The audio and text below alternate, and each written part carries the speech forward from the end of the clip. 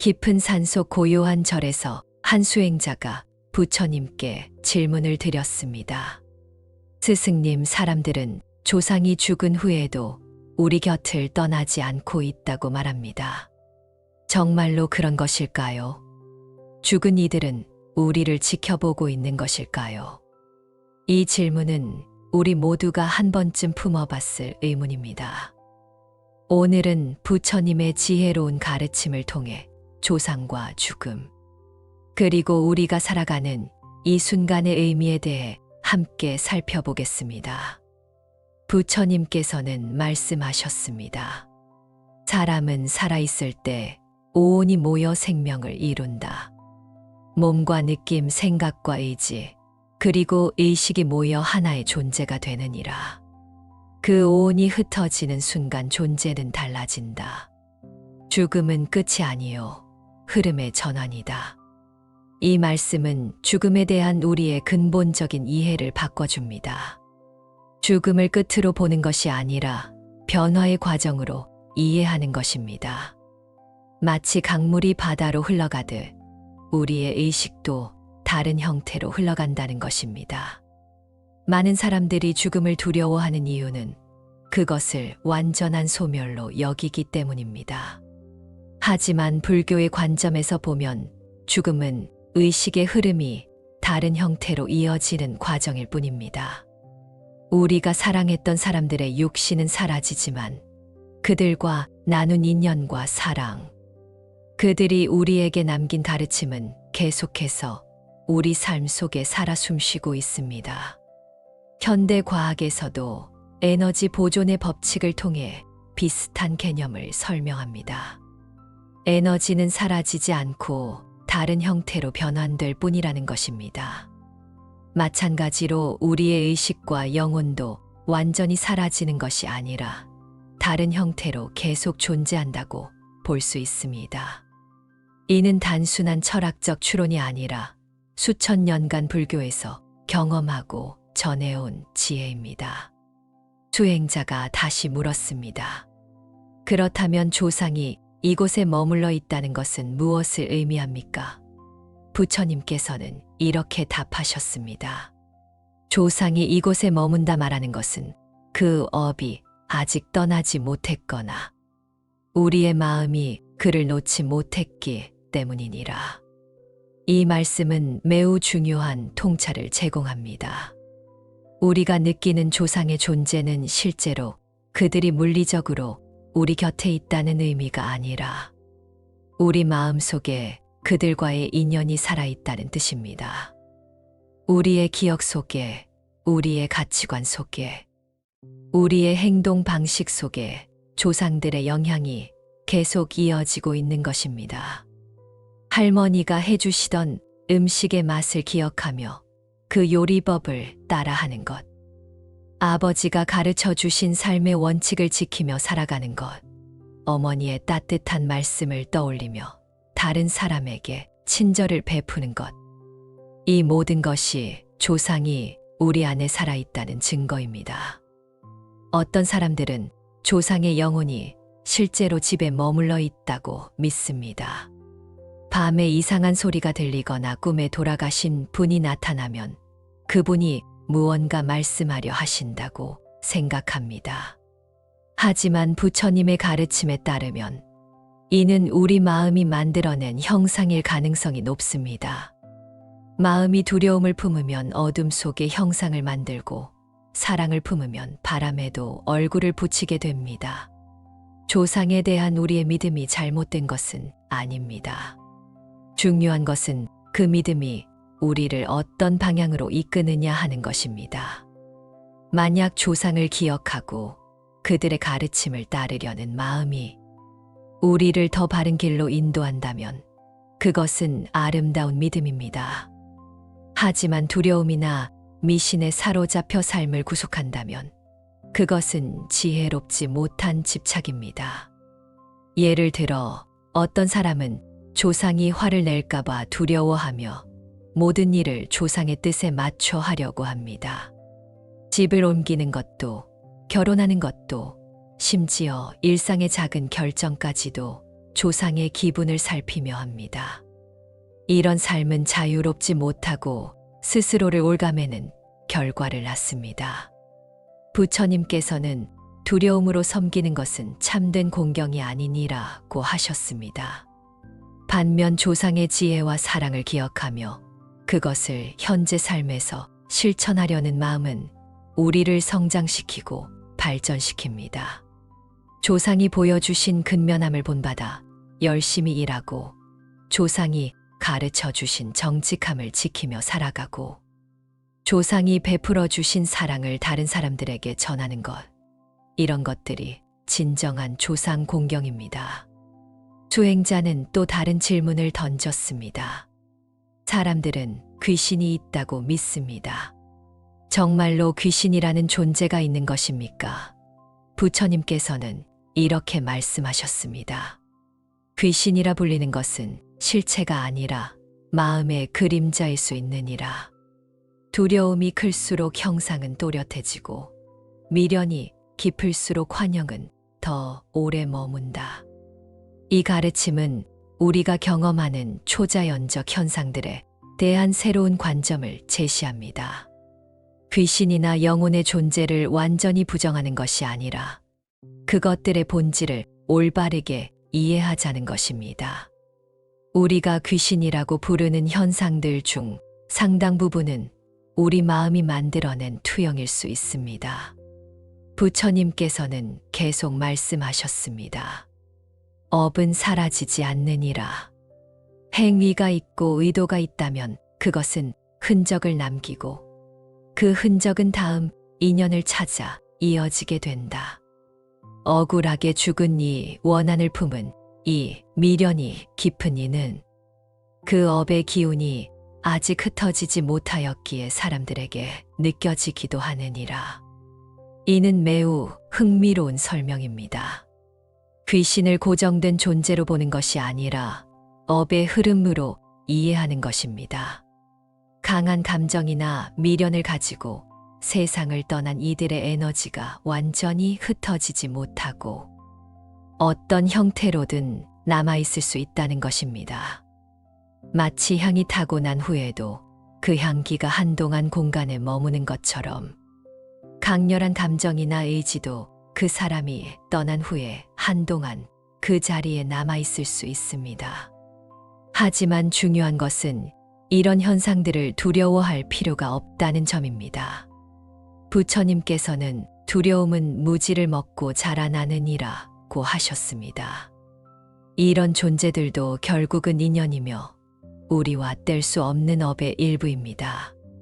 그것을 피하려 하지 말고 그 인연을 되새겨 업을 정화하려고 노력한다면 그 존재는 더 이상 우리를 괴롭히지 않을 것입니다. 예를 들어 어떤 집에 이상한 기운이 느껴진다면 그것을 두려워하며 피하려 하지 말고 그곳에서 무슨 일이 있었는지 알아보고 그 인연을 위해 기도해 주는 것이 좋습니다. 억울하게 죽은 이가 있다면 그 억울함이 풀리도록 기도하고 미련을 가진 이가 있다면 그 미련을 놓을 수 있도록 도와주는 마음을 내는 것입니다. 죽음 이후에 무엇이 일어나는지에 대한 질문에 부처님께서는 윤회의 가르침을 주셨습니다. 죽은 자는 사라지는 것이 아니라 다시 태어나는 준비를 하느니라. 이를 윤회라 하느니라.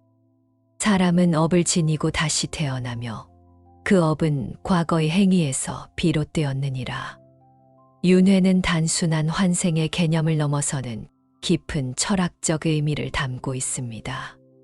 우리의 행위와 의도, 마음가짐이 모두 업을 만들고 그 업이 다음 생의 조건을 결정한다는 것입니다.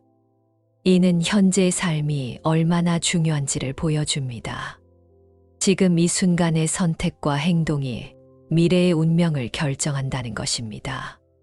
부처님께서는 또한 죽음에 대해서도 설명하셨습니다. 죽은 자는 곧바로 다른 몸을 얻기도 하고 죽음에 머물다 다시 태어나기도 하느니라.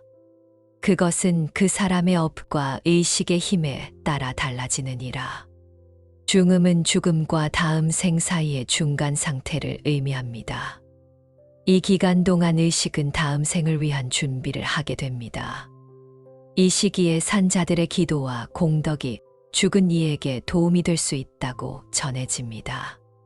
티베트 불교에서는 이 중음 기간을 49일로 보며 이 기간 동안 죽은 이를 위한 특별한 의식과 기도를 올립니다.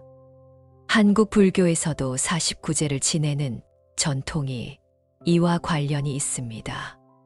중음 상태에서 의식은 매우 민감하고 불안정합니다. 생전의 기억과 새로운 환경 사이에서 혼란을 겪으며 자신의 업에 따라 다음 생의 방향이 결정됩니다. 이때 산자들의 진심 어린 기도와 공덕이 그 의식에게 큰 도움이 될 수 있습니다. 마치 어둠 속에서 길을 잃은 사람에게 등불을 비춰주는 것과 같습니다. 수행자가 제사에 대해 질문하자 부처님께서는 이렇게 말씀하셨습니다. 제사는 단지 조상을 부르는 행위가 아니라 조상을 기억하는 마음이니라. 그 마음이 맑고 진실하다면 그 자리는 이미 조상이 머무는 자리가 되느니라.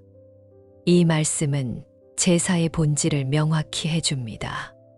조상이 실제로 와서 음식을 드신다는 것은 형상의 비유이지 실체의 설명은 아닙니다. 중요한 것은 조상을 기억하고 감사하는 우리의 마음입니다. 부처님께서는 계속해서 말씀하셨습니다. 음식의 수나상의 높이보다 더 중요한 것은 그 자리에 흐르는 마음의 향기니라. 너의 마음이 맑고 바르면 조상도 그 마음을 기뻐하실 것이며 너의 마음이 흐리고 욕심으로 가득 차 있다면 그 형식은 바람처럼 흩어질 뿐이니라. 현대 사회에서 많은 사람들이 제사를 의무감으로 지내거나 형식에만 치중하는 경우가 있습니다. 비싼 음식을 많이 차려야 한다거나 복잡한 절차를 정확히 따라야 한다는 부담감 때문에 제사가 스트레스가 되기도 합니다. 하지만 진정한 제사는 마음에서 우러나오는 감사와 기억의 표현이어야 합니다.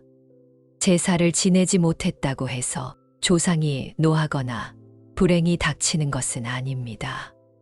부처님께서는 노여움은 마음이 품는 것이니라. 떠난 이가 노하는 것이 아니라 남아있는 이의 두려움이 노여움의 그림자를 그리는 것이니라고 하셨습니다. 조상은 우리가 기억하고 감사하는 것만으로도 기쁨을 얻습니다. 형식보다는 마음이 중요하며 조용히 앉아 두 손을 모아 감사의 기도를 드리는 것이 더 맑고 깊은 제사가 될 수 있습니다. 조상의 사진을 보며 그분들과의 추억을 떠올리고 그분들이 우리에게 가르쳐준 삶의 지혜를 되새기며 그 가르침을 일상에서 실천하겠다고 다짐하는 것, 이것이 진정한 제사입니다. 부처님께서는 산자와 죽은 자의 관계에 대해 중요한 가르침을 주셨습니다. 죽은 이는 이미 떠났으니 너의 기도는 그를 위한 것이 아니라 너의 마음을 위한 것이니라. 살아있는 이는 너와 지금 인연을 맺고 있느니라. 그러니 그 인연 속에서 최선을 다하라. 이 말씀은 우리의 우선순위를 명확히 해줍니다. 죽은 이를 기억하고 기리는 것은 중요하지만 그것이 살아있는 사람들과의 관계를 소홀히 하는 핑계가 되어서는 안 됩니다. 효도는 제사날 차리는 음식보다 오늘 한마디 따뜻한 말과 손길에서 시작됩니다. 부모님이 살아계실 때 정성을 다하는 것이 진정한 효도입니다. 죽은 후에 아무리 큰 제사를 지내도 생전에 소홀했던 것을 보상할 수는 없습니다. 부모님이 살아계실 때는 바쁘다는 핑계로 안부 전화 한 통 제대로 드리지 않다가 돌아가신 후에 매년 큰 제사를 지내는 것은 본말이 전도된 일입니다. 마찬가지로 가족이나 친구들과의 관계에서도 지금 이 순간의 사랑과 관심이 가장 중요합니다. 나중에 후회하지 않으려면 지금 당장 할 수 있는 최선을 다해야 합니다.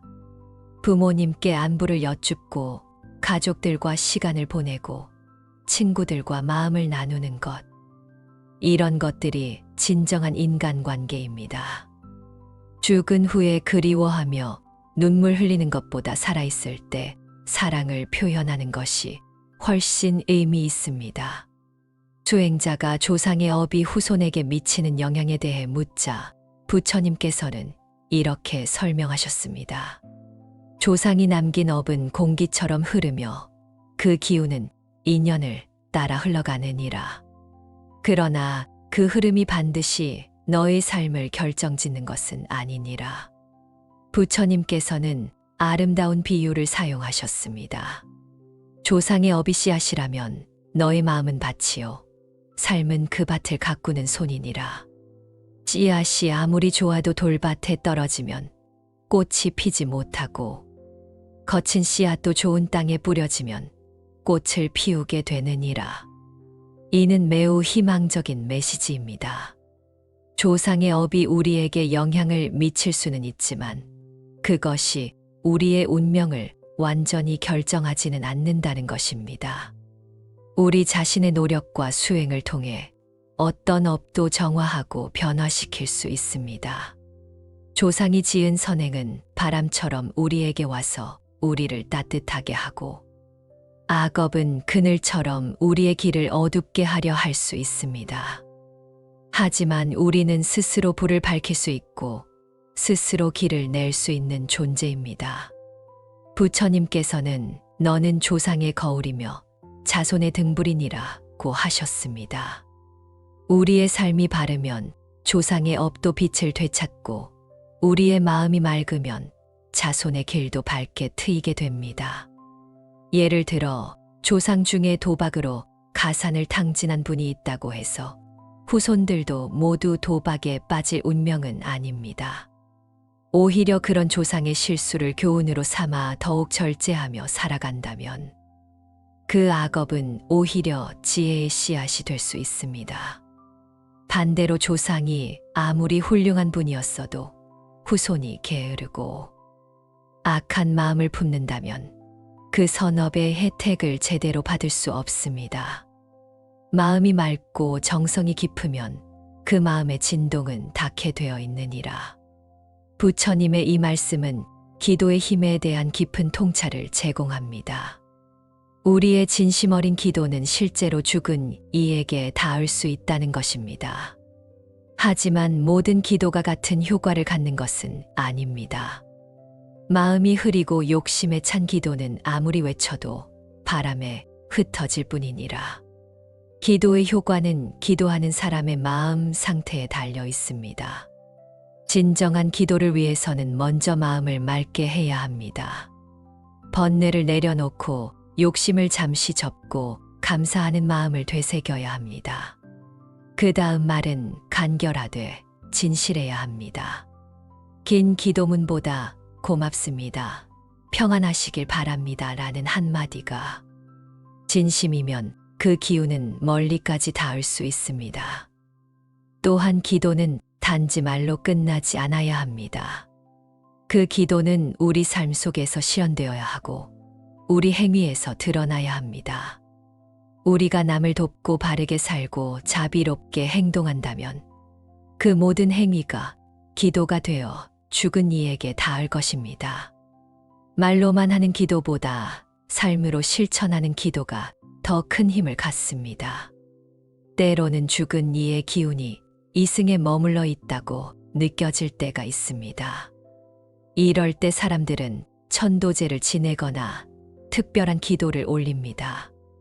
부처님께서는 이에 대해 천도는 떠나지 못한 기운에게 이제 그만 놓아도 된다는 자비의 손길이 되느니라고 하셨습니다. 천도는 죽은 이를 위한 것이기도 하지만 동시에 산자를 위한 것이기도 합니다. 남겨진 자에게는 내가 너를 놓아줄 수 있다는 마음의 결심이 되느니라. 사람은 애착과 죄책감으로 오히려 죽은 자를 붙들고 있을 때가 많습니다. 천도는 그 얽힌 인연을 맑게 정리하는 수행이 됩니다. 천도를 할 때는 공포나 미신이 아니라 사랑과 자비의 마음으로 해야 합니다. 부디 좋은 곳으로 가소서라는 진심이 그 기운을 부드럽게 떠나게 하는 길이 됩니다.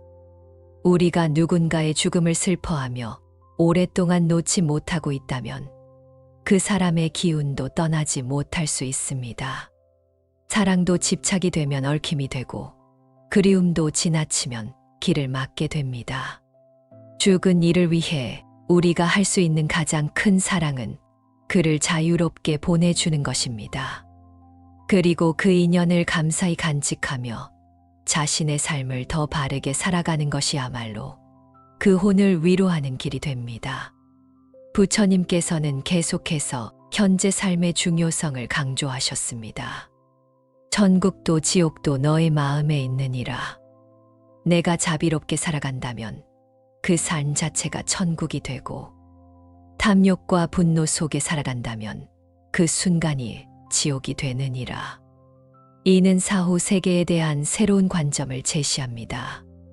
천국과 지옥을 죽은 후에 가는 곳으로만 생각하지 말고 지금 이 순간 우리가 만들어가는 마음의 상태로 이해하자는 것입니다.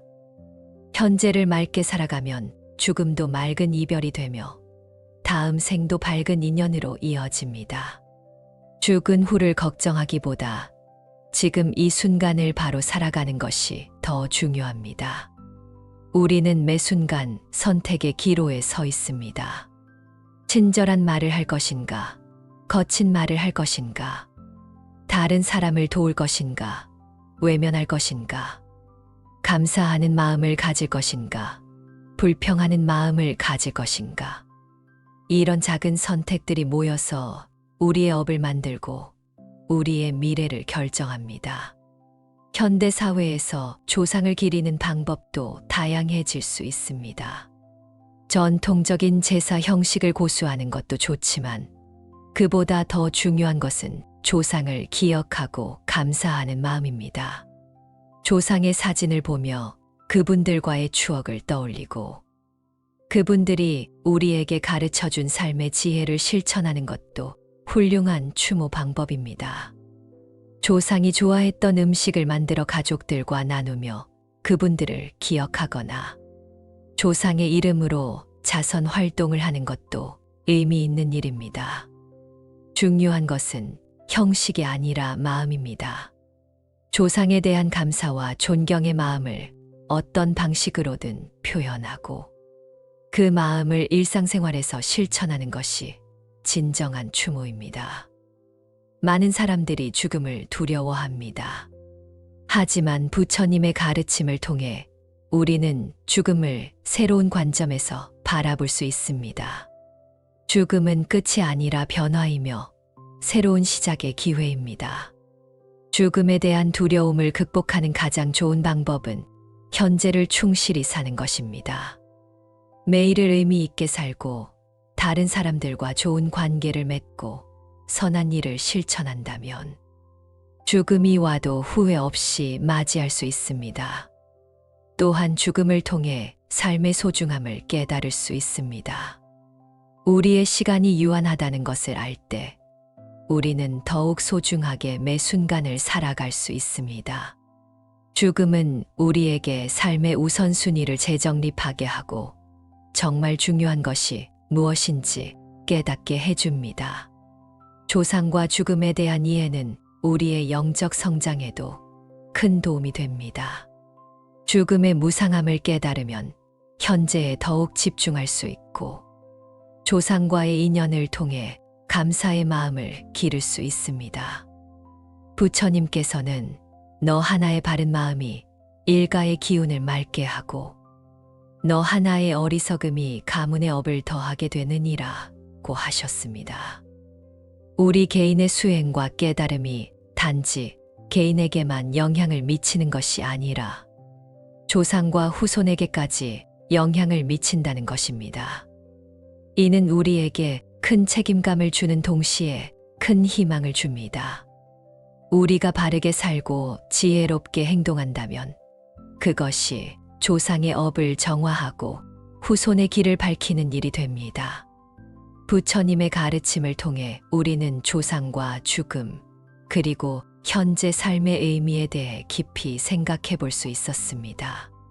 죽음은 끝이 아니라 변화이며 조상은 우리 마음 속에 살아있는 사랑과 지혜입니다. 진정한 제사는 형식이 아니라 마음이며 진정한 기도는 말이 아니라 삶으로 실천하는 것입니다. 우리가 바르게 살고 자비롭게 행동할 때 그것이 조상에 대한 최고의 공양이 되고 후손에게 물려줄 수 있는 최고의 유산이 됩니다. 오늘부터 조상을 두려움의 대상이 아니라 감사와 사랑의 대상으로 여기시기 바랍니다. 그리고 그분들이 우리에게 물려준 소중한 인연을 바탕으로 더욱 의미 있는 삶을 살아가시기 바랍니다. 죽음을 생각하며 현재를 더욱 소중히 여기고 조상을 기억하며 감사의 마음을 기르고 후손을 생각하며 바른 길을 걸어가는 것. 이것이 바로 부처님께서 우리에게 전해주신 지혜로운 삶의 방법입니다. 조상과의 인연은 두려움이 아니라 사랑이며 죽음은 끝이 아니라 새로운 시작입니다. 이 진리를 마음에 새기고 오늘부터 더욱 의미 있는 삶을 살아가시기 바랍니다. 이 영상이 도움이 된다면 구독과 좋아요 눌러주시면 감사하겠습니다. 여러분의 응원이 큰 힘이 됩니다. 깊은 산속 고요한 절에서 한 수행자가 부처님께 질문을 드렸습니다. 스승님, 사람들은 조상이 죽은 후에도 우리 곁을 떠나지 않고 있다고 말합니다. 정말로 그런 것일까요? 죽은 이들은 우리를 지켜보고 있는 것일까요? 이 질문은 우리 모두가 한 번쯤 품어봤을 의문입니다. 오늘은 부처님의 지혜로운 가르침을 통해 조상과 죽음, 그리고 우리가 살아가는 이 순간의 의미에 대해 함께 살펴보겠습니다. 부처님께서는 말씀하셨습니다. 사람은 살아있을 때 오온이 모여 생명을 이룬다. 몸과 느낌, 생각과 의지, 그리고 의식이 모여 하나의 존재가 되느니라. 그 오온이 흩어지는 순간 존재는 달라진다. 죽음은 끝이 아니요, 흐름의 전환이다. 이 말씀은 죽음에 대한 우리의 근본적인 이해를 바꿔줍니다. 죽음을 끝으로 보는 것이 아니라 변화의 과정으로 이해하는 것입니다. 마치 강물이 바다로 흘러가듯 우리의 의식도 다른 형태로 흘러간다는 것입니다. 많은 사람들이 죽음을 두려워하는 이유는 그것을 완전한 소멸로 여기기 때문입니다. 하지만 불교의 관점에서 보면 죽음은 의식의 흐름이 다른 형태로 이어지는 과정일 뿐입니다. 우리가 사랑했던 사람들의 육신은 사라지지만 그들과 나눈 인연과 사랑, 그들이 우리에게 남긴 가르침은 계속해서 우리 삶 속에 살아 숨쉬고 있습니다. 현대 과학에서도 에너지 보존의 법칙을 통해 비슷한 개념을 설명합니다. 에너지는 사라지지 않고 다른 형태로 변환될 뿐이라는 것입니다. 마찬가지로 우리의 의식과 영혼도 완전히 사라지는 것이 아니라 다른 형태로 계속 존재한다고 볼 수 있습니다. 이는 단순한 철학적 추론이 아니라 수천 년간 불교에서 경험하고 전해온 지혜입니다. 수행자가 다시 물었습니다. 그렇다면 조상이 이곳에 머물러 있다는 것은 무엇을 의미합니까? 부처님께서는 이렇게 답하셨습니다. 조상이 이곳에 머문다 말하는 것은 그 업이 아직 떠나지 못했거나 우리의 마음이 그를 놓지 못했기 때문이니라. 이 말씀은 매우 중요한 통찰을 제공합니다.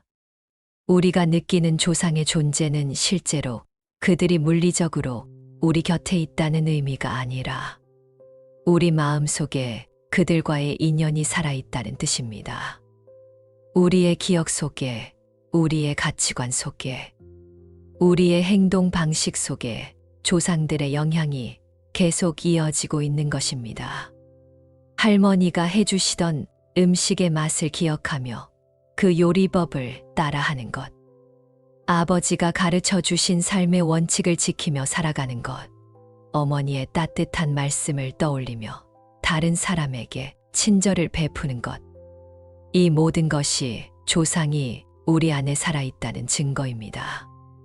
어떤 사람들은 조상의 영혼이 실제로 집에 머물러 있다고 믿습니다.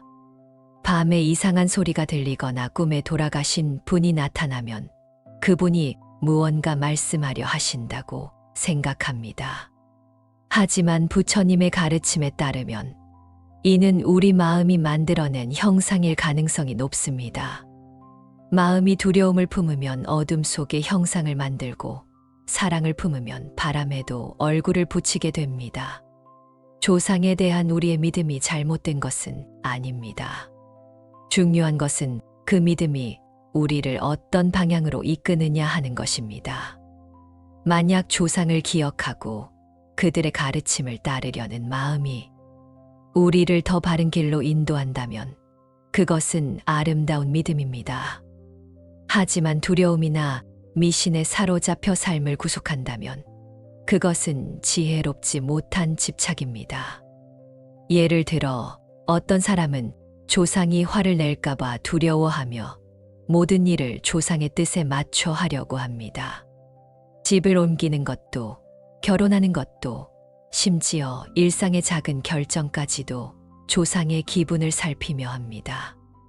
이런 삶은 자유롭지 못하고 스스로를 올가매는 결과를 낳습니다. 부처님께서는 두려움으로 섬기는 것은 참된 공경이 아니니라고 하셨습니다. 반면 조상의 지혜와 사랑을 기억하며 그것을 현재 삶에서 실천하려는 마음은 우리를 성장시키고 발전시킵니다. 조상이 보여주신 근면함을 본받아 열심히 일하고 조상이 가르쳐 주신 정직함을 지키며 살아가고 조상이 베풀어 주신 사랑을 다른 사람들에게 전하는 것. 이런 것들이 진정한 조상 공경입니다. 수행자는 또 다른 질문을 던졌습니다. 사람들은 귀신이 있다고 믿습니다. 정말로 귀신이라는 존재가 있는 것입니까? 부처님께서는 이렇게 말씀하셨습니다.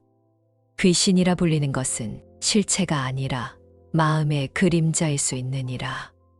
두려움이 클수록 형상은 또렷해지고 미련이 깊을수록 환영은 더 오래 머문다. 이 가르침은 우리가 경험하는 초자연적 현상들에 대한 새로운 관점을 제시합니다.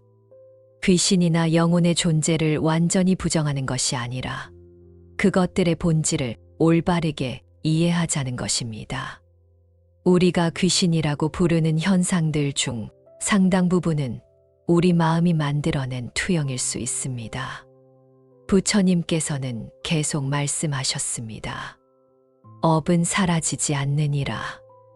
행위가 있고 의도가 있다면 그것은 흔적을 남기고 그 흔적은 다음 인연을 찾아 이어지게 된다.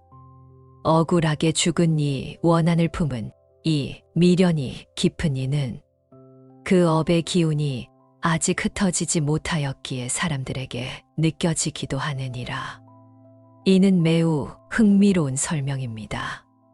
귀신을 고정된 존재로 보는 것이 아니라 업의 흐름으로 이해하는 것입니다. 강한 감정이나 미련을 가지고 세상을 떠난 이들의 에너지가 완전히 흩어지지 못하고 어떤 형태로든 남아있을 수 있다는 것입니다. 마치 향이 타고 난 후에도 그 향기가 한동안 공간에 머무는 것처럼 강렬한 감정이나 의지도 그 사람이 떠난 후에 한동안 그 자리에 남아있을 수 있습니다. 하지만 중요한 것은 이런 현상들을 두려워할 필요가 없다는 점입니다. 부처님께서는 두려움은 무지를 먹고 자라나느니라고 하셨습니다. 이런 존재들도 결국은 인연이며 우리와 뗄 수 없는 업의 일부입니다. 그것을 피하려 하지 말고 그 인연을 되새겨 업을 정화하려고 노력한다면 그 존재는 더 이상 우리를 괴롭히지 않을 것입니다. 예를 들어 어떤 집에 이상한 기운이 느껴진다면 그것을 두려워하며 피하려 하지 말고 그곳에서 무슨 일이 있었는지 알아보고 그 인연을 위해 기도해 주는 것이 좋습니다. 억울하게 죽은 이가 있다면 그 억울함이 풀리도록 기도하고 미련을 가진 이가 있다면 그 미련을 놓을 수 있도록 도와주는 마음을 내는 것입니다. 죽음 이후에 무엇이 일어나는지에 대한 질문에 부처님께서는 윤회의 가르침을 주셨습니다. 죽은 자는 사라지는 것이 아니라 다시 태어나는 준비를 하느니라. 이를 윤회라 하느니라. 사람은 업을 지니고 다시 태어나며 그 업은 과거의 행위에서 비롯되었느니라. 윤회는 단순한 환생의 개념을 넘어서는 깊은 철학적 의미를 담고 있습니다. 우리의 행위와 의도, 마음가짐이 모두 업을 만들고 그 업이 다음 생의 조건을 결정한다는 것입니다. 이는 현재의 삶이 얼마나 중요한지를 보여줍니다. 지금 이 순간의 선택과 행동이 미래의 운명을 결정한다는 것입니다. 부처님께서는 또한 죽음에 대해서도 설명하셨습니다. 죽은 자는 곧바로 다른 몸을 얻기도 하고 죽음에 머물다 다시 태어나기도 하느니라. 그것은 그 사람의 업과 의식의 힘에 따라 달라지느니라. 죽음은 죽음과 다음 생 사이의 중간 상태를 의미합니다. 이 기간 동안 의식은 다음 생을 위한 준비를 하게 됩니다. 이 시기에 산자들의 기도와 공덕이 죽은 이에게 도움이 될 수 있다고 전해집니다. 티베트 불교에서는 이 죽음 기간을 49일로 보며 이 기간 동안 죽은 이를 위한 특별한 의식과 기도를 올립니다. 한국 불교에서도 49제를 지내는 전통이 이와 관련이 있습니다. 중음 상태에서 의식은 매우 민감하고 불안정합니다. 생전의 기억과 새로운 환경 사이에서 혼란을 겪으며 자신의 업에 따라 다음 생의 방향이 결정됩니다. 이때 산자들의 진심 어린 기도와 공덕이 그 의식에게 큰 도움이 될 수 있습니다. 마치 어둠 속에서 길을 잃은 사람에게 등불을 비춰주는 것과 같습니다. 수행자가 제사에 대해 질문하자 부처님께서는 이렇게 말씀하셨습니다. 제사는 단지 조상을 부르는 행위가 아니라 조상을 기억하는 마음이니라. 그 마음이 맑고 진실하다면 그 자리는 이미 조상이 머무는 자리가 되느니라. 이 말씀은 제사의 본질을 명확히 해줍니다. 조상이 실제로 와서 음식을 드신다는 것은 형상의 비유이지 실체의 설명은 아닙니다. 중요한 것은 조상을 기억하고 감사하는 우리의 마음입니다. 부처님께서는 계속해서 말씀하셨습니다. 음식의 수나상의 높이보다 더 중요한 것은 그 자리에 흐르는 마음의 향기니라.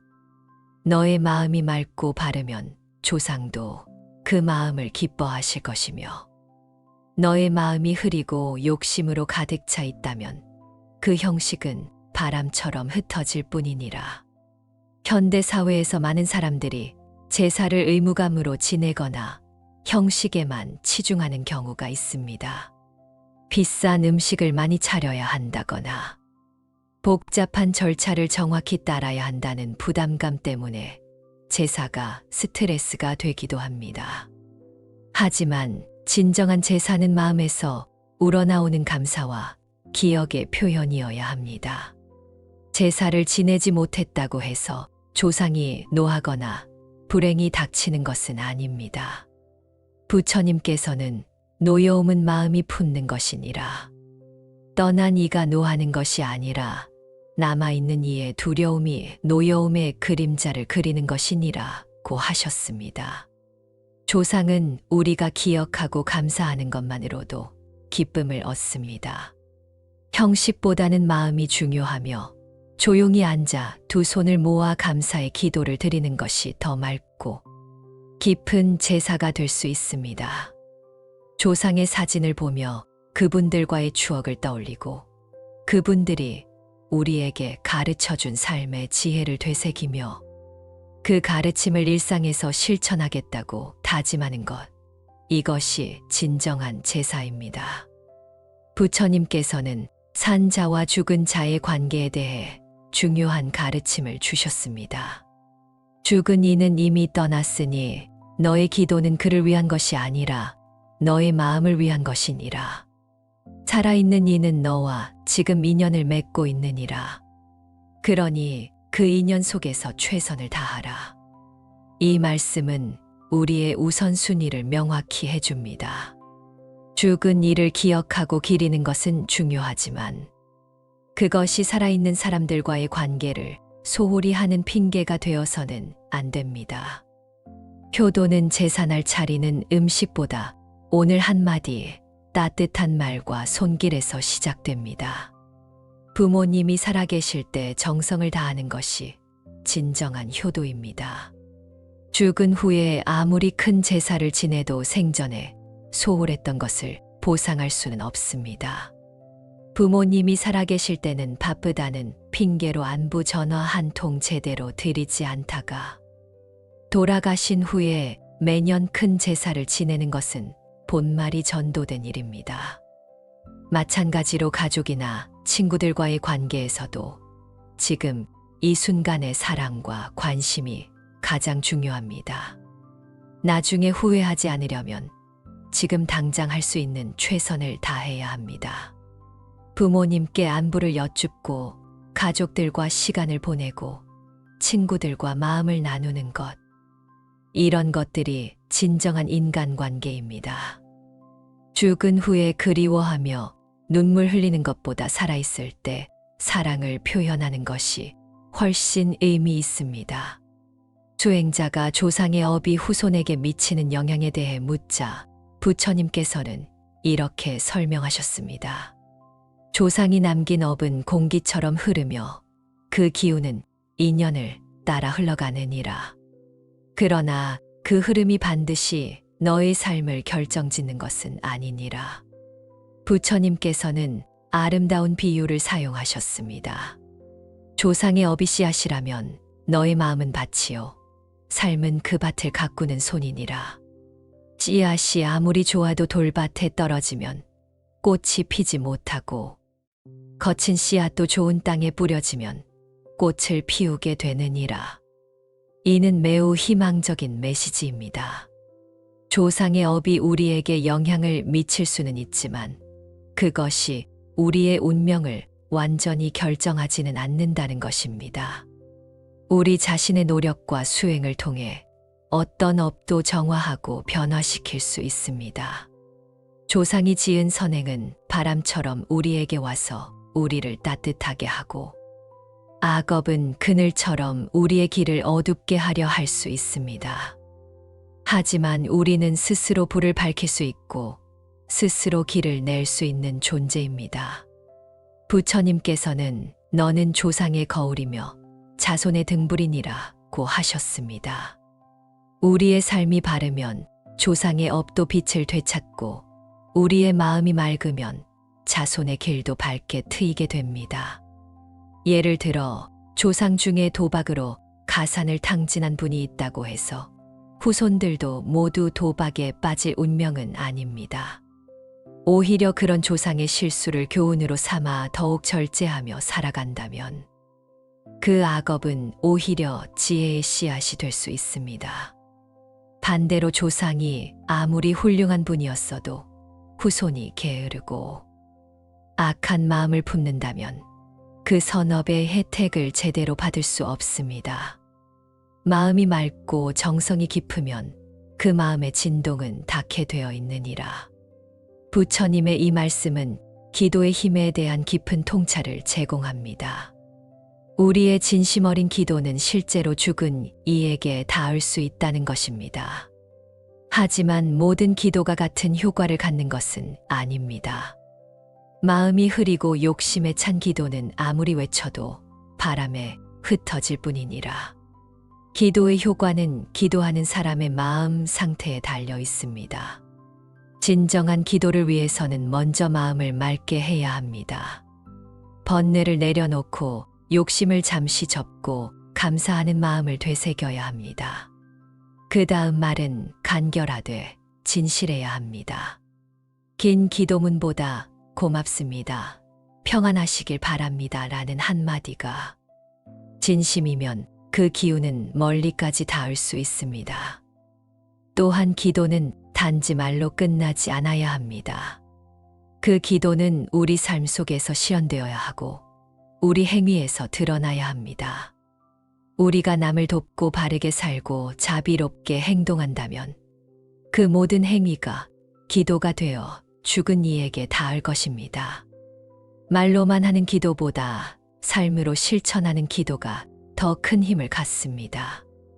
때로는 죽은 이의 기운이 이승에 머물러 있다고 느껴질 때가 있습니다. 이럴 때 사람들은 천도제를 지내거나 특별한 기도를 올립니다. 부처님께서는 이에 대해 천도는 떠나지 못한 기운에게 이제 그만 놓아도 된다는 자비의 손길이 되느니라고 하셨습니다.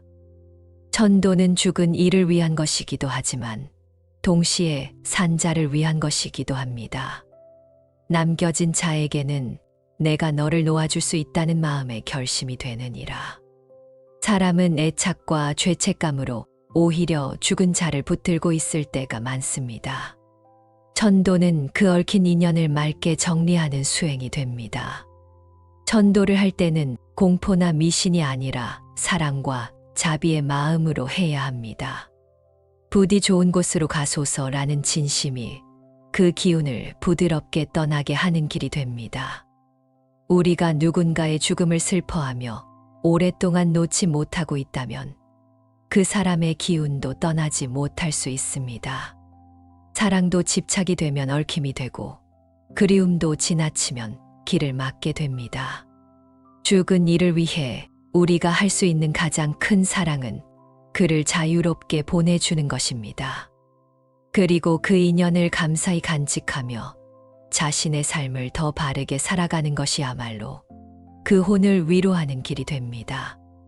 부처님께서는 계속해서 현재 삶의 중요성을 강조하셨습니다. 천국도 지옥도 너의 마음에 있느니라. 내가 자비롭게 살아간다면 그 삶 자체가 천국이 되고 탐욕과 분노 속에 살아간다면 그 순간이 지옥이 되느니라. 이는 사후 세계에 대한 새로운 관점을 제시합니다. 천국과 지옥을 죽은 후에 가는 곳으로만 생각하지 말고 지금 이 순간 우리가 만들어가는 마음의 상태로 이해하자는 것입니다. 현재를 맑게 살아가면 죽음도 맑은 이별이 되며 다음 생도 밝은 인연으로 이어집니다. 죽은 후를 걱정하기보다 지금 이 순간을 바로 살아가는 것이 더 중요합니다. 우리는 매 순간 선택의 기로에 서 있습니다. 친절한 말을 할 것인가, 거친 말을 할 것인가, 다른 사람을 도울 것인가, 외면할 것인가, 감사하는 마음을 가질 것인가, 불평하는 마음을 가질 것인가. 이런 작은 선택들이 모여서 우리의 업을 만들고 우리의 미래를 결정합니다. 현대 사회에서 조상을 기리는 방법도 다양해질 수 있습니다. 전통적인 제사 형식을 고수하는 것도 좋지만 그보다 더 중요한 것은 조상을 기억하고 감사하는 마음입니다. 조상의 사진을 보며 그분들과의 추억을 떠올리고 그분들이 우리에게 가르쳐준 삶의 지혜를 실천하는 것도 훌륭한 추모 방법입니다. 조상이 좋아했던 음식을 만들어 가족들과 나누며 그분들을 기억하거나 조상의 이름으로 자선 활동을 하는 것도 의미 있는 일입니다. 중요한 것은 형식이 아니라 마음입니다. 조상에 대한 감사와 존경의 마음을 어떤 방식으로든 표현하고 그 마음을 일상생활에서 실천하는 것이 진정한 추모입니다. 많은 사람들이 죽음을 두려워합니다. 하지만 부처님의 가르침을 통해 우리는 죽음을 새로운 관점에서 바라볼 수 있습니다. 죽음은 끝이 아니라 변화이며 새로운 시작의 기회입니다. 죽음에 대한 두려움을 극복하는 가장 좋은 방법은 현재를 충실히 사는 것입니다. 매일을 의미 있게 살고 다른 사람들과 좋은 관계를 맺고 선한 일을 실천한다면 죽음이 와도 후회 없이 맞이할 수 있습니다. 또한 죽음을 통해 삶의 소중함을 깨달을 수 있습니다. 우리의 시간이 유한하다는 것을 알 때 우리는 더욱 소중하게 매 순간을 살아갈 수 있습니다. 죽음은 우리에게 삶의 우선순위를 재정립하게 하고 정말 중요한 것이 무엇인지 깨닫게 해줍니다. 조상과 죽음에 대한 이해는 우리의 영적 성장에도 큰 도움이 됩니다. 죽음의 무상함을 깨달으면 현재에 더욱 집중할 수 있고 조상과의 인연을 통해 감사의 마음을 기를 수 있습니다. 부처님께서는 너 하나의 바른 마음이 일가의 기운을 맑게 하고 너 하나의 어리석음이 가문의 업을 더하게 되느니라고 하셨습니다. 우리 개인의 수행과 깨달음이 단지 개인에게만 영향을 미치는 것이 아니라 조상과 후손에게까지 영향을 미친다는 것입니다. 이는 우리에게 큰 책임감을 주는 동시에 큰 희망을 줍니다. 우리가 바르게 살고 지혜롭게 행동한다면 그것이 조상의 업을 정화하고 후손의 길을 밝히는 일이 됩니다. 부처님의 가르침을 통해 우리는 조상과 죽음, 그리고 현재 삶의 의미에 대해 깊이 생각해 볼 수 있었습니다. 죽음은 끝이 아니라 변화이며 조상은 우리 마음 속에 살아있는 사랑과 지혜입니다. 진정한 제사는 형식이 아니라 마음이며 진정한 기도는 말이 아니라 삶으로 실천하는 것입니다. 우리가 바르게 살고 자비롭게 행동할 때 그것이 조상에 대한 최고의 공양이 되고 후손에게 물려줄 수 있는 최고의 유산이 됩니다. 오늘부터 조상을 두려움의 대상이 아니라 감사와 사랑의 대상으로 여기시기 바랍니다. 그리고 그분들이 우리에게 물려준 소중한 인연을 바탕으로 더욱 의미 있는 삶을 살아가시기 바랍니다.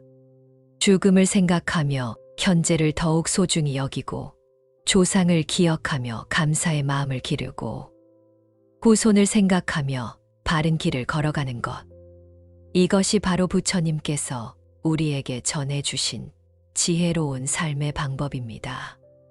조상과의 인연은 두려움이 아니라 사랑이며 죽음은 끝이 아니라 새로운 시작입니다. 이 진리를 마음에 새기고 오늘부터 더욱 의미 있는 삶을 살아가시기 바랍니다.